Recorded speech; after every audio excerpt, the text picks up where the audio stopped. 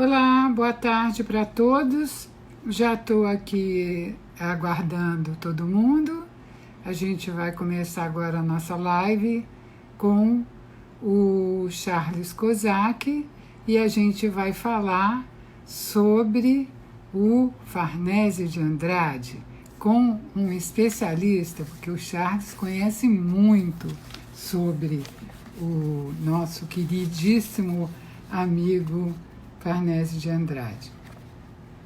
Bom, eu estou voltando aqui para a série dos Diálogos Instigantes, que é promovida pela Galeria Almeida Ideia, e normalmente as nossas conversas são feitas a partir de exposições que a gente fez lá na galeria. E a gente fez uma exposição maravilhosa do Farnese de Andrade, e essa exposição do Farnese a gente vai apresentar, a gente apresentou de março a maio de 2019 e depois ela itinerou para o Museu Nacional da República, onde ela ficou em cartaz de junho a agosto também de 2019. E aí eu vou conversar com o Charles Kozak sobre o Farnese e vou falar um pouquinho sobre o Charles, embora todo mundo já conheça, né? O Charles, ele cursou o mestrado de História e Teoria das Artes Visuais na Universidade de Essex, na Inglaterra. Quando ele voltou para o Brasil, em 1997, ele fundou a editora Cossack Naif, que é lendária, né? A lendária Cossack Naif, que focava na área de humanidades e, na verdade, dava um destaque para as artes visuais e que produziu verdadeiras obras-primas, tanto quanto conteúdo, quanto nas formas. O Charles inovou em matéria de design gráfico aqui no Brasil de uma forma impressionante. Ele também foi diretor da Biblioteca Mário de Andrade, de 2017 a 2018, e desde 2019 ele é diretor do Museu Nacional da República em Brasília. O Charles, ele é apaixonado pela obra do Farnese. Ele conheceu o Farnese pessoalmente, a gente vai falar sobre isso, e publicou um livro importantíssimo em 2002 pela Cossack Naif. E em 2005 ele fez a curadoria de uma exposição dos objetos do Farnese no Centro Cultural Banco do Brasil, no Rio e em São Paulo, e foi nessa ocasião, embora eu já conhecesse o Charles antes, que a gente se aproximou mais, porque eu estava fazendo a exposição da Mary Vieira, que entrava logo em seguida da do Farnese, e a gente conviveu muito nesse período e ficamos muito amigos, tá? Eu vou chamar o Charles, tá? Tá aguardando, sempre aquele momentinho, esperando, vamos ver se conecta bem. Está conectando, yes! Olá, Charles, tudo bem? Que bom ver você. Seja muito bem-vindo. Bom, eu vou começar contando uma coisa curiosíssima, que é o seguinte. Quando eu fiz a exposição na galeria, eu já sabia, a gente já sabia, o Charles e eu, que a exposição ia depois para o Museu da República. E, curiosamente, tanto ele quanto eu, nós começamos os nossos textos exatamente da mesma forma, parece copiada. E o que a gente falava os dois? Que quando o Farnese começou a fazer objetos, em meados de 60, ele já era um artista reconhecido, premiado como desenhista e gravador, a gente vai ver isso na nossa live, e ele, a partir de 74, foi quando ele intensificou essa produção tridimensional, que acabou se tornando a marca do Farnese. Hoje todo mundo conhece, e a produção tridimensional dele eclipsou o trabalho pictórico dele. Eu queria que o Charles falasse um pouquinho sobre isso.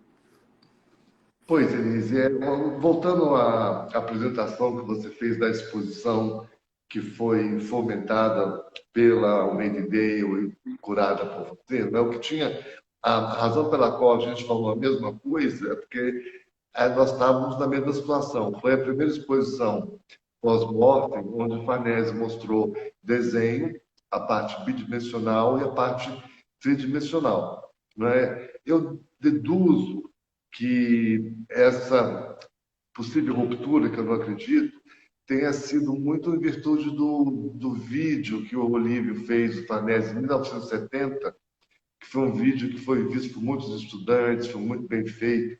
Eu também assisti, e nesse vídeo ele apresenta o Farnese como escultor, ou ele mostra só os objetos, os assemblagens, ele, em momento algum. E por muitos anos eu acreditei que o Farnese, de fato, só fizesse objetos, não é? Até conhecê-lo pessoalmente. Eu conheci o Farnese, a obra de Farnese, em 84, quando eu fui visitar o Cirão Franco pela primeira vez em Goiânia. O Cirão tinha muitos Farneses belíssimos, madeira, resina, algumas O trabalho homenagens. deles tem a ver, né, demais. Tem muito a ver. Então, quando a alegria de conhecer o Ciron, a obra dele, o ateliê dele, foi dupla, porque eu voltei de lá muito encantado com a obra do Farnese, que eu não conhecia, mas o fato de ter só visto objetos no ateliê do Ciron continuou a me fazer acreditar que o Farnese só fazia objetos, não é? Foi o nosso encontro se deu em. Eu conheci a obra dele em 84, eu conheci o Farnese em 1992, não, 93, perdão, 4. Essa ocasião, em 94, eu estava editando o livro do Cirão Franco e, ao mesmo tempo, ainda era aluno em Essex, onde a gente fundou uma coleção que hoje é um museu, não é? E eu era jovem, enfim, tinha mais coragem e saí pedindo obras aos artistas, doações, né? E o Cirão sempre me prometeu apresentar o Farnese, mas nunca coincidia de nós estarmos no Rio juntos. E então, com a história da coleção, eu fui visitar o Farnese. Foi realmente, eu fui no ateliê dele, que era também residência no Rio Comprido, e esse foi talvez um momento, um dos mais importantes momentos da minha vida, ter adentrado, ter sido recebido pelo Farnese, onde nós ficamos umas 4, 5 horas conversando. Posso imaginar. Perdão? Eu posso imaginar as conversas. Foi uma conversa como se a gente se conhecesse há muitos anos. Ele foi muito afável e eu estava muito impressionado. Era uma casa grande, era um sobrado no Rio Comprido. Tinha ele fazia o tour, que era um passeio pela casa inteira, onde a gente via. E da mesma forma que o Farnese recombinava as próprias obras, ele recombinava também a instalação delas na casa dele. Quer dizer, a cada semana aquelas obras mudavam de lugar, mudavam de posição. Tem uma foto aqui dele, tá vendo que está aparecendo, que mostra como ele colocava as coisas, né, na parede, e ele ia mudando, né, Charles, o tempo inteiro. Sempre, sempre. Tanto que toda visita, olha que eu ia quase que diariamente, mas toda visita começava com um tour pela casa e acabava na cozinha onde a gente tomava Coca-Cola, não é? Nessa foto que eu estou mostrando, deve ser de uma exposição, eu queria destacar à esquerda, minha esquerda, uma obra muito importante que é a Caixa de Hiroshima. Não me lembro a data dela, mas essa é uma das obras fundamentais na trajetória de Farnese. Era da coleção do Dr. Marco Antônio Mastrobuono, e foi um dos momentos mais importantes, uma das obras onde ele atingiu um resultado mais contundente, eu creio. É verdade, é verdade. Vou mostrar aqui uma foto da exposição na Galeria Almeida Idreio, que ficou linda, e aí eu fiz uma parede inteira das que ele chamava de pinturas. Na verdade, é uma técnica especial que ele criou, mas ele chamava de pinturas. E eu achei tudo tão impactante que eu montei a parede inteira, uma parede com 4 metros de altura, com toda essa série de obras, que depois elas foram lá para o museu, né? Aqui tem uma imagem das mesmas obras no museu. Aí, assim, olha, uma hora eu vou fazer uma live com você, Charles, só sobre o museu, tá? Porque Farnese já é muita coisa para a gente falar, mas olha que linda a montagem lá no museu. Aqui outra imagem também da montagem no museu, que foi uma exposição muito bonita, né? E o Charles está fazendo um trabalho maravilhoso lá no museu. Obrigado, obrigado. Bem, foi o carinho do Guilherme, não é? De Snart, fez a montagem junto com você. Ficou, de fato, muito bonita. A obra do Farnese é sombria, o tom da exposição também foi sombrio. E a parede modernista, ela, de certa maneira, era pertinente, porque o Farnese pendurava a obra dele exatamente como você as pendurou. Então, assim, não se sinta culpado ou achar assim, ele ia gostar muito de ver essa parede. E foi, de fato, como eu falei no início, a primeira exposição no pós-mortem do Farnese que contempla esse segmento importantíssimo, não é, que levou ele até a Bienal de Veneza e a Bienal de São Paulo duas vezes, a terceira ele não participou, que é a fase bidimensional, não é? Uhum. O que teria ela em relação à fase tridimensional e como foi a passagem de uma para outra, não é? Que É, você lembra. exatamente. A ideia da exposição, essa exposição que eu chamei de Memórias Imaginadas, foi exatamente mostrar isso, né? Mostrar como que as coisas conversam, porque ele continuou desenhando e pintando até o final da vida, não é que ele parou. Até o final, e você fez com muita maestria, se você me permite falar, ficou muito bem feita. Você fez rápido, você teve pouco tempo para entrar nesse universo, um TGV em movimento, você entrou nele muito bem, porque Olha, tudo é muito pertinente no texto, na montagem, na escolha das obras. Ficou uma exposição espetacular, a gente só agradece. ficou bonita. Olha, aqui a gente vai contar rapidinho, vou contar rapidinho para vocês a história do Farnese. Aqui, olha, Sim. o Farnese, ele tem uma história pessoal complicadíssima, né? Que a gente, e o Charles fala muito sobre isso, que marcou a vida dele, né? Então, ele nasceu em 1926 e 26 e ele morreu em 66, quer dizer, na verdade, ele viveu exatamente 70 anos, né? Então, é assim, ele tinha... Ele nasceu de uma família grande, ele era o sexto de 8 irmãos, mas antes dele nascer, 2 anos antes dele nascer, o casal, os pais dele tinham perdido 2 filhos afogados. E isso é uma coisa que sempre perdurou na cabeça do Farnese. Né? Depois, os pais dele se separaram, que também vai ser uma marca na vida dele. Aí depois ele pegou a tuberculose, da qual ele demorou para se livrar, né? E aí então ele vai para o Rio de Janeiro, ele vai para Belo Horizonte junto com a mãe e estuda com o Guignard, que é essa imagenzinha que vocês estão vendo aqui, né? Depois ele vai para o Rio de Janeiro, mas ele volta a ficar doente e vai para o sanatório em Correias, né?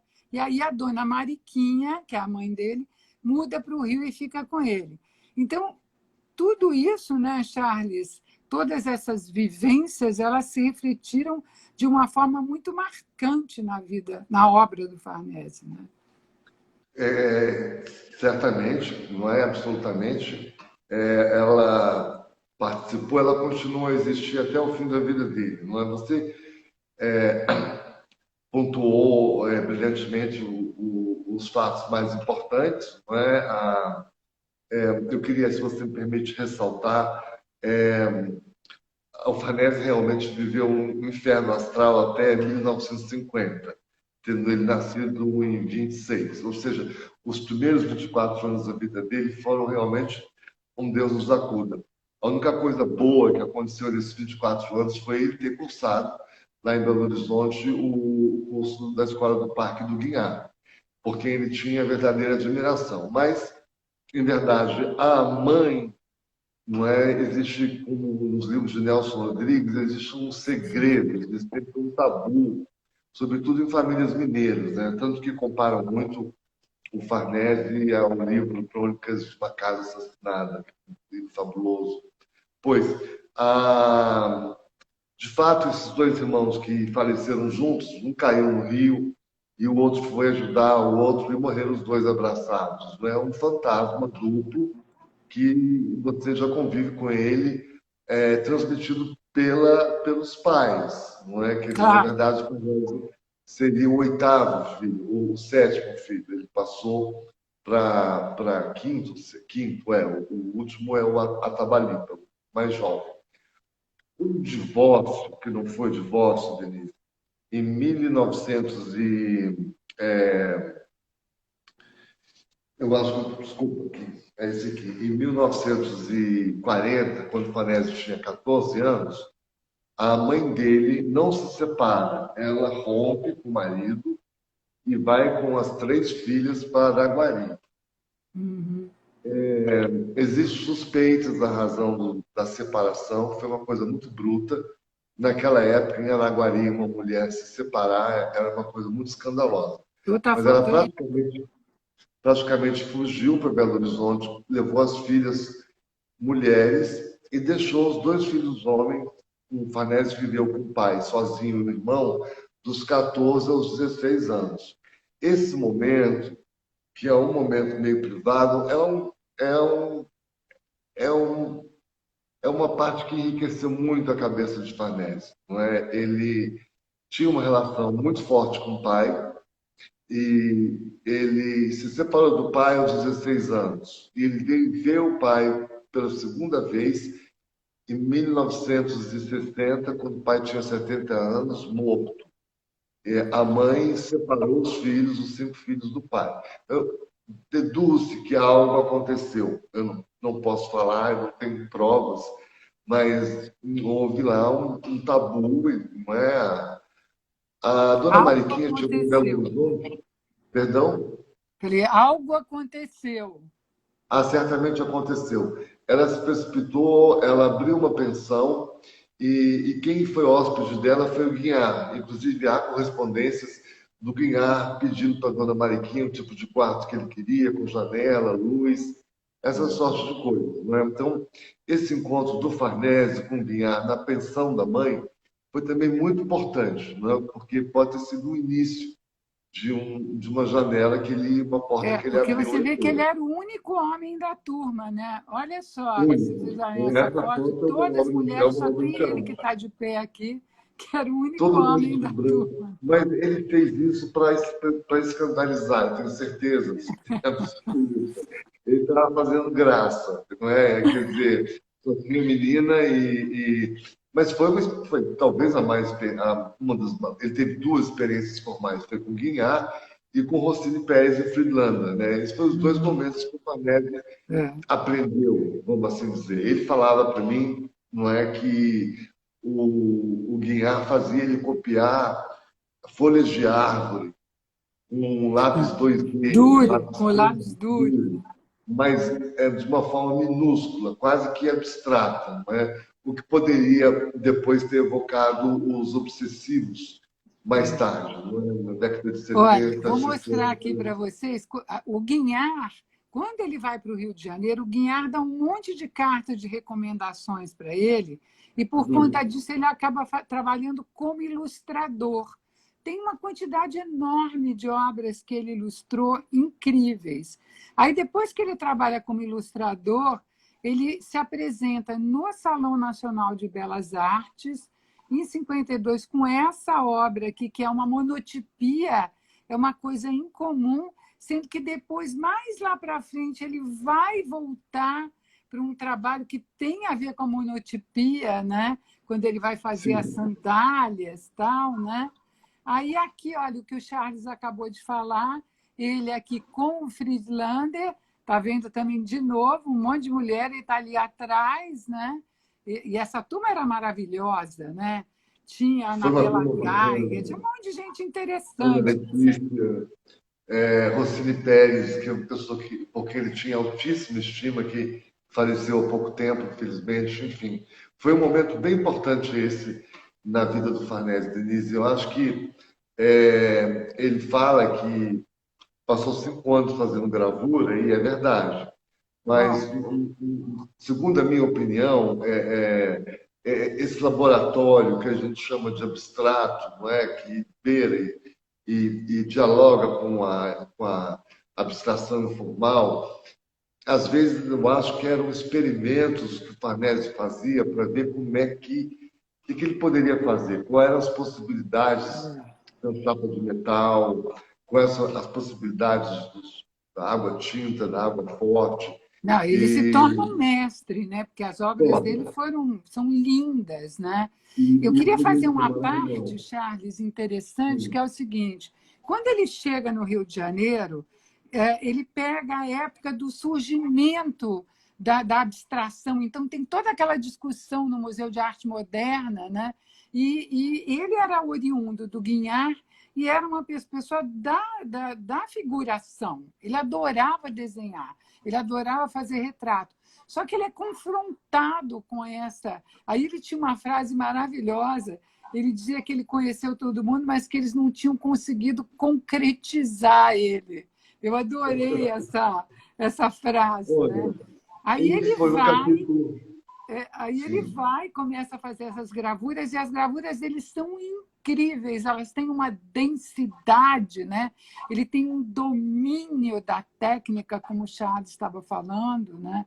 E aí depois aí quando chega em 64, 65, foi uma coisa que eu me dei conta quando fiz a exposição, que de repente ele parece tem uma carta do baralho que é assim, que é o que se chama o louco, que é a figura com todas as possibilidades na frente dele, né? E o Charles, o Farnese, nesse momento, ele abre todas essas possibilidades. Então, ele começa a fazer esse trabalho que tem a ver com a monotipia, porque ele vai pegando as coisas na praia e vai fazendo uma espécie de um carimbo, né? Aqui a Com gente tem carinho. Na todas as. verdade, esses Isso dois aqui é últimos tudo trabalhos sandália, né?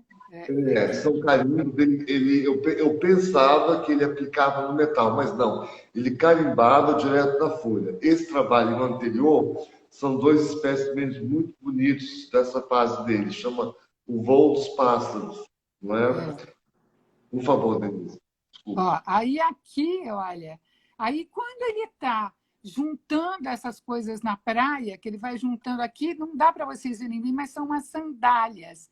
Ele começa a achar pedaços de boneco, objetos estranhos, assim, meio corroídos pelo mar, e é isso que vai levá-lo aos objetos. Olha aqui um dos objetos dele, dessa fase, né, que você citou Exatamente. anteriormente, como sendo uma das mais importantes, né? Ao mesmo Foi um tempo, momento. Perdão, perdão, eu Denise. vou só fazer aqui, ó. Ao mesmo tempo, ele faz os obsessivos, que eu fiz uma sessão ampliada aqui para vocês verem, que são os desenhos, como o próprio nome fala, obsessivos, né? E ele faz também essa fase erótica dele, que eu vou pegar isso aqui que dá para ver melhor. Então, ele está fazendo tudo isso ao mesmo tempo, né, Charles? É de fato, Denise, a gente conversou um pouco no telefone, eu acho que de 61 a, você menciona a data 70, mas se põe 65 a 70, eu acho que a partir do curso do Friedlander, né, porque o Farnese ficou um pouco em banho-maria de 1950 a 59, ele teve duas exposições e trabalhou elementarmente como gravador, não é? Em 59, 61, quando ele entra para o MAN, né, ele começa a conviver com outros artistas locais e tem esse encontro que você mencionou, que não foi um encontro tão profícuo com Mavinier e com Ivan Serpa, não é? Aquela questão da ruptura e aquilo veio atormentar muito a cabeça dele, talvez isso tenha estacionado um pouco os anos de 50 a É 59, verdade. não é? Porque muita gente achou que tinha que fazer aquilo, que só existia aquilo, e que não tinha outro tipo de arte. E ele realmente não foi concretizado, como você mesmo disse, Ele pelo meio, disse. né? Então, essa época, eu acho que é uma época muito profusa, profícua, é tudo, é farta, né? Ele, primeiro, em 64, ele apresenta o primeiro assemblagem, né? Que é um assemblagem ainda tímido, mas é fruto dessas caminhadas que ele fazia na Praia Mais de ou menos Botafogo. como esse, né? São os primeiros. Justamente. Você vê que esse aqui, acho que é de... Eu tenho todas as fotos aqui, esse é de 68, não é? É, Mas ele Então, tem uma coisa a ver com esses, bem do comecinho, né?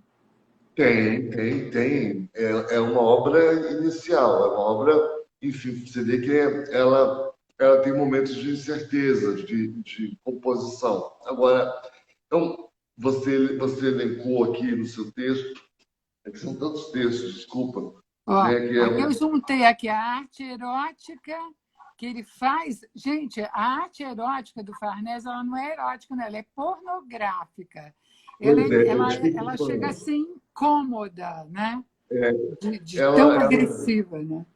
ela é muito agressiva, eu concordo com você. É uma coisa. Eu acho que aquilo eram exercícios noturnos, você entende? Eu não sei como ele classificou como obra, porque eu não sei como mostrou no quarto centenário, porque realmente elas são pornográficas, elas são explícitas, e às vezes elas são gratuitas, elas não são Uhum. excitantes.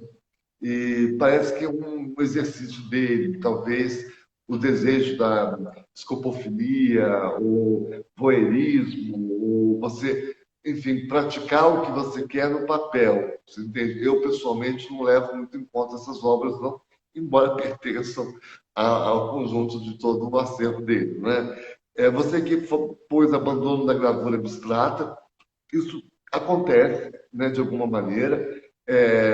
Eu noto aqui que a gente vê a abstração do Farnese de uma outra maneira, né? Ela É.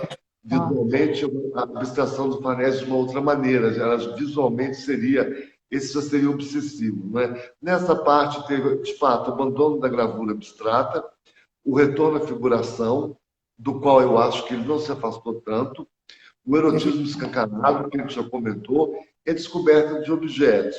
Eu adicionaria um item, Denise. Em 66, ele ganhou de presente de um amigo a primeira resina, que era uma circunferência com folhas secas dentro. E já anteriormente, com a primeira exposição de assemblagem dele, foi em 66, no Franco Terra Nova, ele já tinha essa preocupação. Você sabe que ele herdou um grande arquivo de fotos do tio-avô dele, que era fotógrafo, né, e tinha também o hábito de comprar fotos. Ele queria encontrar uma maneira de perpetuar essas fotografias nos assemblagens. Ele, uhum. primeiramente, tentou com gesso, mas não deu resultados bons. E quando ele ganhou esse ovo de resina, ele em São Paulo conseguiu uma companhia e aí daí nasceram as resinas. Quer dizer, as resinas também nasceram nesse período que a gente fala que é tão importante na vida dele, não E é? os vidros, né? Que também ele faz os vidros, Os né? Ele vai vidros trabalhar são fazendo, uma pré-resina, não é? Quer dizer, ele com queria certeza. preservar as fotos, ele queria a transparência, ele queria aprisionar e ele queria uma certa leveza. Eu acho que essa obra, uma das obras mais importantes do Farnese, ela é relativamente cedo, considerando que ele começou em 64, salvo engano, essa obra é de 68, da Isso. Dona Valéria Braga, e era um absurdo, né? Na verdade, ela eu vejo como um pré-orgasmo, se entende, uma fecundação, e o resultado dessa fecundação está no topo da obra, né? E ele, como ele faz com os desenhos obsessivos, ele começa com miçangas bem pequenininhas, depois miçangas maiores, até chegar a bolinha de gude. Essa obra é espetacular, né? Ó, Foi, vou acho que passar das de obras novo. de vidro, e ela é uma obra firme, não é?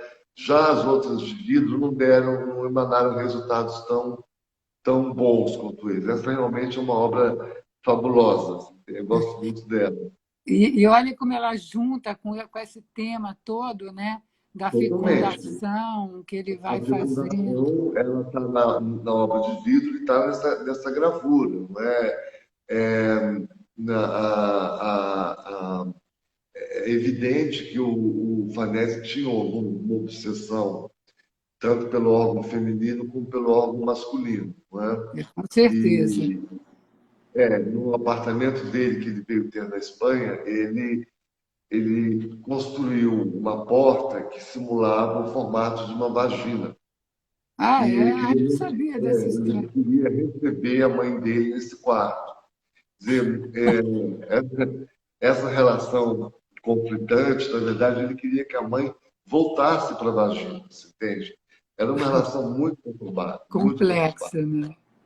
Olha, eu vou só te interromper para contar como é que ele vai parar na Espanha. Ele faz Sim, aquelas obras eróticas que eu mostrei para você, que eu mostrei uma light aqui, né? Aí as obras dele, ele vai expor, ele expõe em Veneza com essas obras e aí depois ele expõe no salão no salão na Bienal da Bahia. E aí as obras dele são como é que se confiscadas pelos militares, e ele fica tão irritado com aquilo que ele faz uma obra que ele chama de autocensurada. Então, aqui, embaixo de mim, vocês veem que tem uns desenhos mínimos. Esse trabalho ele é todo constituído de desenhos mínimos, mínimos, mínimos, mínimos, e aí ele faz esse X, e aí ele ganha o prêmio de viagem do Salão Nacional, e aí ele vai para a Espanha, né? Para Barcelona, que vai ser uma coisa muito importante da vida dele. Antes dele ir para Barcelona, ele faz uma exposição em que ele mostra esse trabalho que são as figuras, que eu acho que é uma coisa que reúne um pouco o trabalho dele da gravura, o trabalho dele dessa sensualidade e dessa sexualidade, o trabalho todo ele traz técnicas da água tinta que ele faz de uma forma secreta, ninguém sabia como é que ele fazia isso, era meio uma orivesaria, né? Ele também faz alquimia. esses objetos, né, de Sim. vidro que o Charles falou, né? E até isso tudo é antes dele ir para a Espanha. Aí ele finalmente vai embora, né? E aí eu queria que o Charles contasse como é que foi essa estadia dele em Barcelona. Denise, foi maravilhoso você mostrar a obra que antecede a ida dele para a Espanha, é muito enriquecedor. É, se você pudesse voltar um pouquinho nas fotos, Tá. antes do X, é possível esse pedido? Sim. Mais uma para trás. Essa. A gente Era o estava aqui no orgasmo. autocensura, da autocensura. Isso, a da autocensura está aqui. Ó. É esse, não é? Em verdade, não sei se isso agrega, mas é um comentário. O Farnese ficou muito bravo quando teve os desenhos dele aprendidos na Bienal da Bahia. E ele foi pegar esses desenhos em companhia do Emanuel Araújo, né, que também teve a sua obra aprendida. Então foram lá os dois. E segundo o Emanuel Araújo, Farnese teve um verdadeiro piti. E o Emanuel falou que achou que os dois iam ser presos. Farnese estava inconformado com o que aconteceu. Eu acho esse trabalho, esses três trabalhos da autocensura, que granjearam a ele o prêmio de viagem exterior, e não é que foi muito importante. Ele primeiro foi para Itália, mas foi visitar o Antônio Maia em Barcelona, que tinha ganhado no ano anterior, se apaixonou por Barcelona, que era uma das paixões dele, que durou até o fim. Agora, esse desenho, esses três desenhos, foram três desenhos, esse especificamente, um desenho muito importante, porque, na verdade, em verdade, né, esse X, né, de censura, ele lembra muito o alvo do Jasper Jones, não é? Quer dizer, ele faz uma universitaria, de fato, com bicos de pena, são letras, não mínimas, isso é uma renda, e depois interrompe ou sobrepõe em desenho um X violento, não é? Quer dizer, existe duas coisas, né? O fundo e a frente. Então, esse de fato é um trabalho brilhante. Eu não sei como é que passou batido na ocasião, porque evidentemente uma alusão à censura, não é? Claro, E ainda granjeou para ele o prêmio de viagem, quer dizer, ele teve muita sorte na ousadia dele, eu acho, não é? com certeza. Barcelona. Barcelona era Vamos uma falar de zona dele também. Barcelona. Ele, antes de falecer, ele tinha feito uma exposição lá na Dona Leila Passos, de Belo Horizonte, ele tinha vendido e ele queria passar 2 meses em Barcelona, mas faleceu. Ele tinha paixão por Barcelona, como eu falei, foi uma cidade que ele conheceu acidentalmente, ele foi visitar o Antônio Maia, de quem era muito amigo, e se apaixonou. Barcelona foi uma praia, foi um aterro do Flamengo melhorado, não é? É, Ele, como você bem disse, as madeiras carcomidas, bonecas e tudo mais, foi lá que começou, foi no Rio de Janeiro. Mas Barcelona, segundo pesquisa do Gotti, existiam grupos que catavam lixo. Uns catavam roupas, outros madeiras, outros vidros, outros até legumes. E esses grupos, sem WhatsApp, eles falavam, sabiam quem estava à busca do quê. Então falava, ah, Farnese, naquela rua tem madeira. E o Farnese até comenta, está numa entrevista dele, que ele tinha encontrado 3 belas portas de madeira. Né? Então, o lixo europeu realmente é rico, né? A gente sabe disso, mas Barcelona foi muito importante. Eu não sei se foi Barcelona, claro que é Barcelona, mas o lixo de Barcelona, sem foi querer diminuir, fundamental.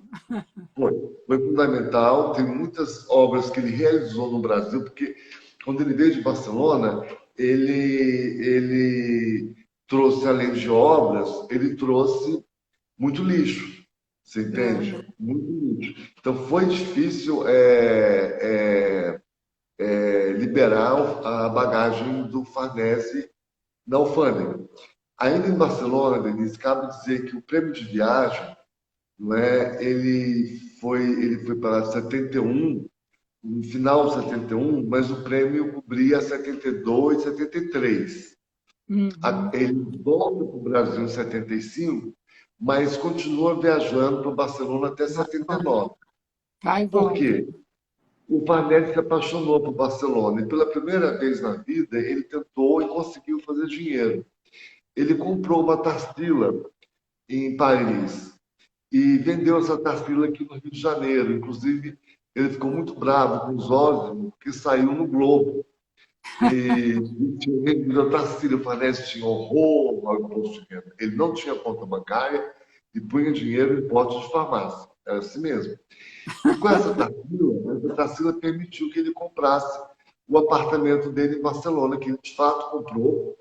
Dizia ele, um apartamento muito bonito e no prédio onde morou o Miró.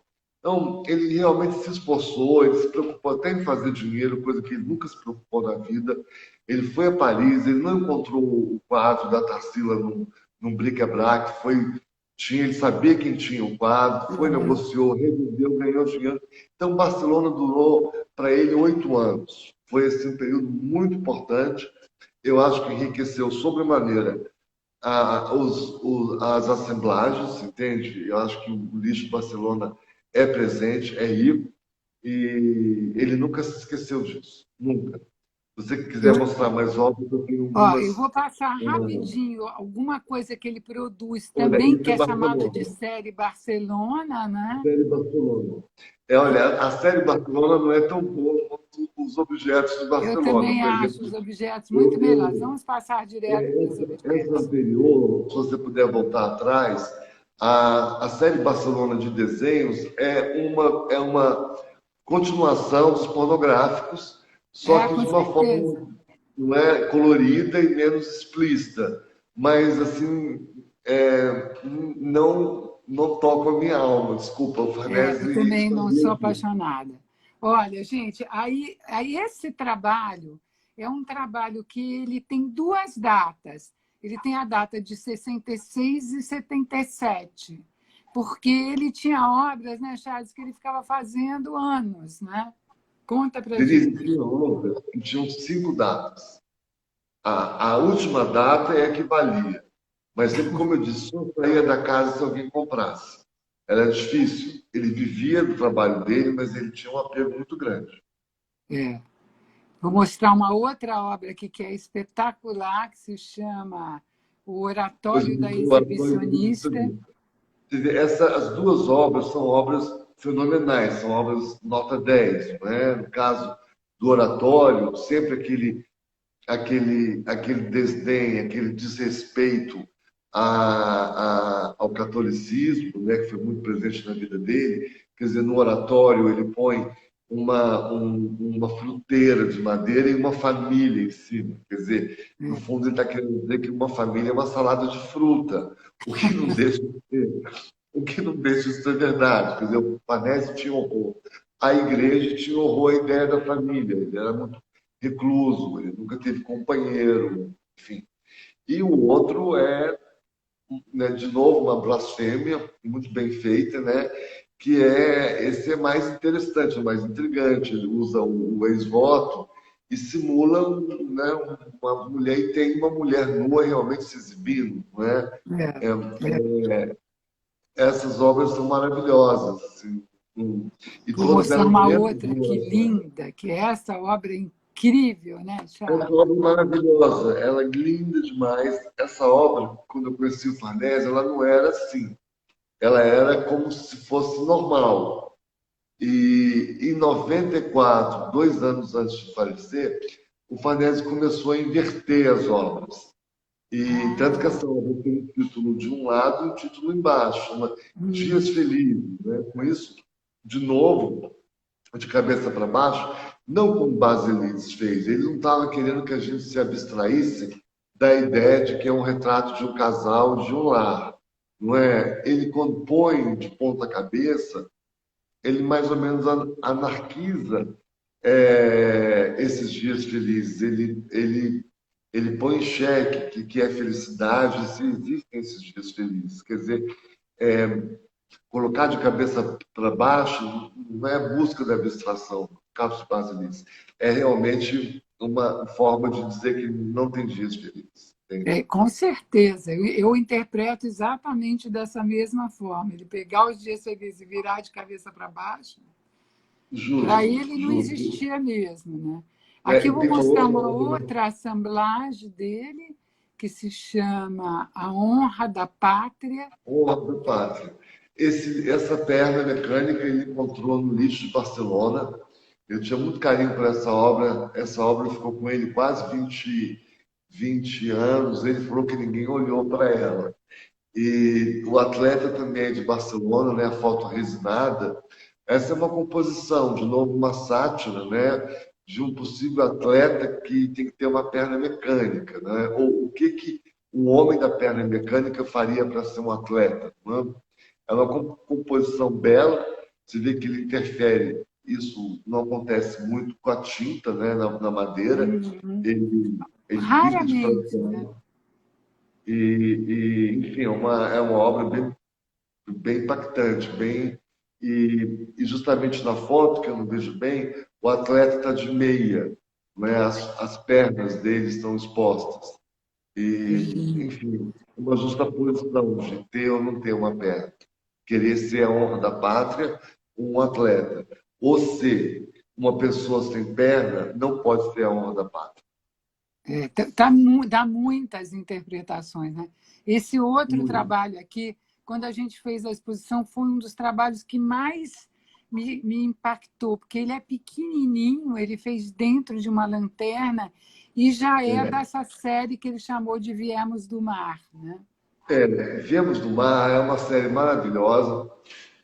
Eu acho que a resina entusiasmou muito a ele, embora ele já tenha pintado mar antes, abstração. A resina motivou muito ele fazer a série Vênus do Mar, que é fabulosa. Essa, especialmente, como você falou, o tamanho não tem documento. É, essa figura, essa caveira que vem como se fosse do fundo da água, numa lanterna de navio, ela é muito impactante, não é? É E como muito. se ele tivesse vindo do mar. Isso, Denise, você pôs no seu texto, né? O Farnese foi curado de tuberculose no Rio de Janeiro. Não foi graças ao mar, como ele disse, foi aquelas doses de Claro. streptomicina, né? A mãe de Farnese fazia véus e grinaldas, perdão, grinaldas, e véus também, fazia flores artesanais. E a irmã dele até aprendeu. E a mãe dele conseguia, vendendo véus, comprar esse remédio que era contrabandeado dos Estados Unidos. e com isso ela curou o filho. Mas isso tudo Uhum. aconteceu no mar.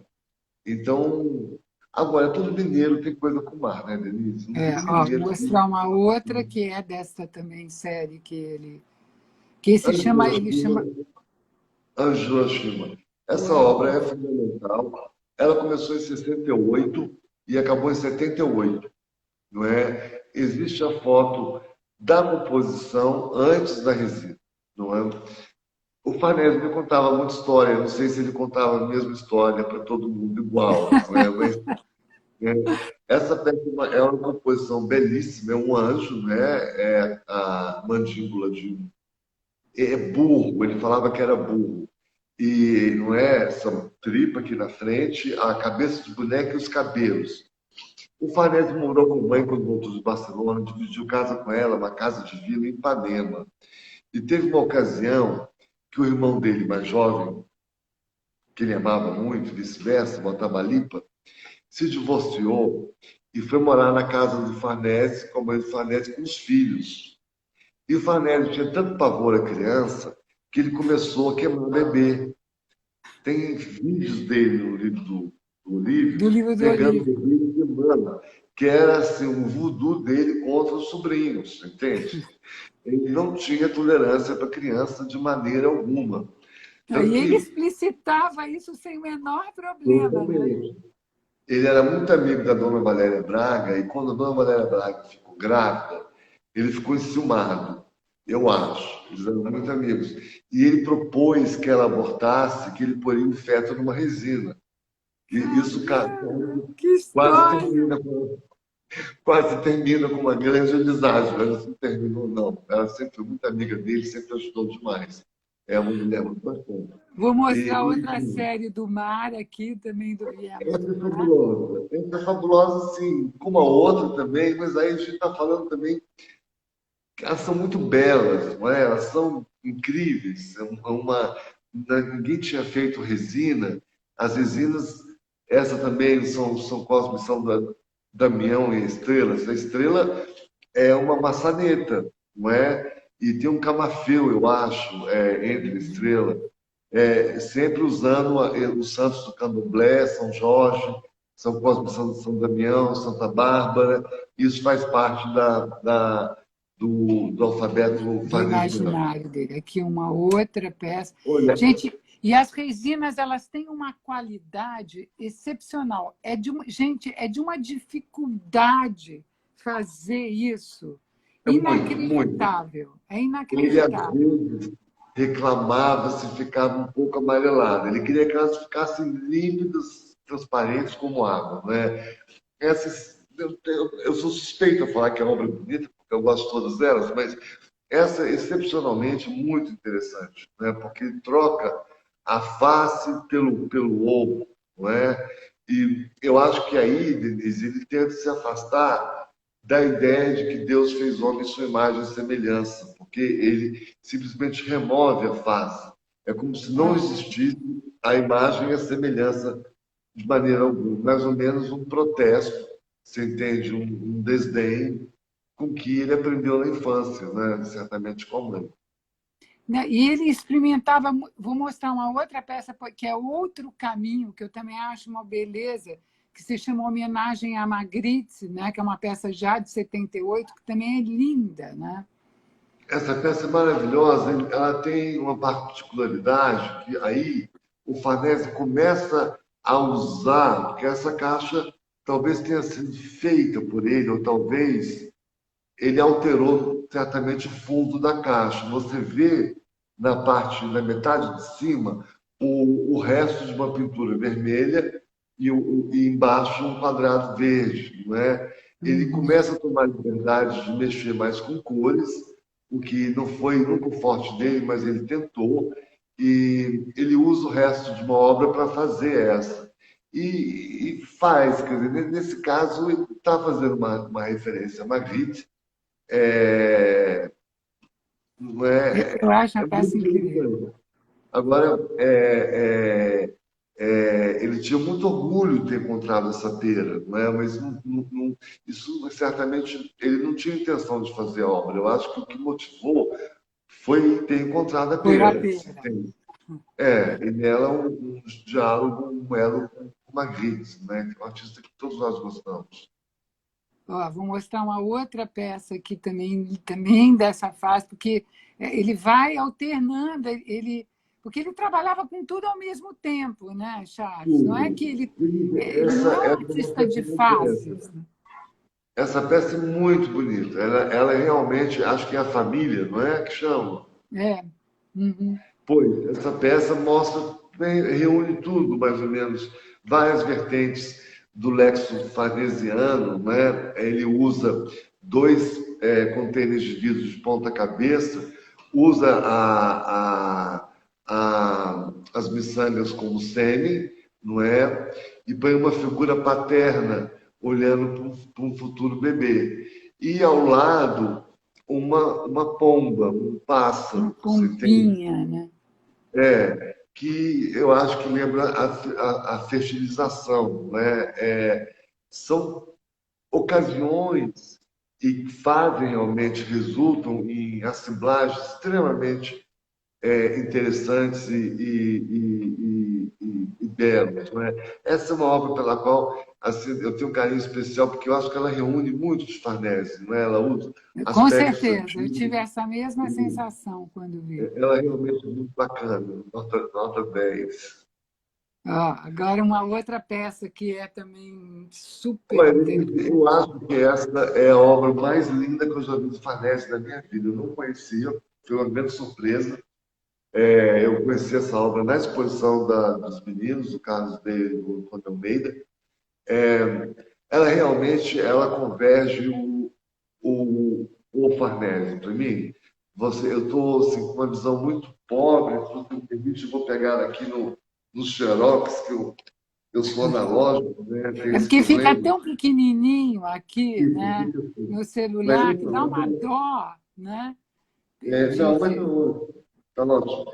Estou quase Mas é pegando uma aqui. peça realmente interessante, que eu também não É conhecia. escandalosa essa obra. Essa obra é de você morrer, de desmaiar, enfim. Você vê como é que ele usa o oratório, como é que ele faz uma composição harmônica, com os detalhes laterais e as peras que se replicam, e a imagem do homem também. Essa é uma obra, como algumas homenagens a Morange, que é puro exercício estético, você É entende? Ele verdade. quer mostrar que ele também tem muito bom gosto e que ele sabe mexer, que ele sabe fazer coisas bonitas. Né? É uma obra que ele pega o oratório certo, não podia ter oratório mais ideal para essa composição que ele fez para o oratório, você entende? E a ligação entre os dois enfeites, os enfeites do oratório e as duas peras, ela é muito fantástico. Assim, É muito eu lindo. conheci essa obra, foi uma surpresa. Assim, o Farnese, depois de tantos anos, me surpreende com uma obra que eu não conhecia de tão linda. Ela é É realmente verdade. muito bonita. E mostra também, Denise, se você me permite, que naquela época os artistas eles faziam decoração. Não existia esse preconceito que existe hoje, que decoração é uma arte menor. O Farnese fez decoração, ele foi para o Salão do Quitandinha com Sclia, com Ana Letícia, para o Salão de Decoração. Ele decorou a casa da irmã. Então, não estou querendo falar que a obra é decorativa, mas é uma obra Sim, onde ele mas mostra um senso de harmonia muito bem apurado, muito bem apurado. Eu não poderia louvar mais uma obra. Assim, ela é linda, muito bonita. eu vou passar para essa obra aqui, que é uma obra também linda, que se chama A Morte. Nós estamos chegando aqui no finzinho da nossa live. Aí a gente Tá, tem eu duas vou tentar assim, possibilidades. A gente pode eu tento, voltar. eu tento dividir a obra do Farnese, a obra física, digamos, grosso modo, entre aberta ou fechada. Não é? Porque horas os oratórios estão com as portas fechadas, hora com a porta aberta, hora a caixa está fechada, hora a caixa está aberta. O Guy Brett fez uma grande exposição sobre isso lá na Pinacoteca, sobre o aberto e o fechado na arte brasileira. Infelizmente, ele não incluiu o Farnese. Não é? Então, essa é uma obra que ela se dá a partir do momento que você a abre. Quer dizer, ela já confere a necessidade do toque. Você não pode ver a obra se você não tocar. Ele tira um pouco do preciosismo que a obra de arte não pode ser tocada. Nesse caso, ou você abre ou você não vê. E muitas vezes, parece que queria que os oratórios ficassem com as Ia ser portas fechado. fechadas. Ele queria que Charles, eu fosse vou te abrido. interromper e nós vamos fazer o seguinte: eu vou encerrar a live e nós vamos voltar, tá? Porque se eu não encerrar Sabe? agora, a gente não grava. Então, daqui Será que 5 você falou minutos eu estou de muito? volta, tá? Tá Agora, bom, tá. voltamos todos. Até já. Então, tá ótimo.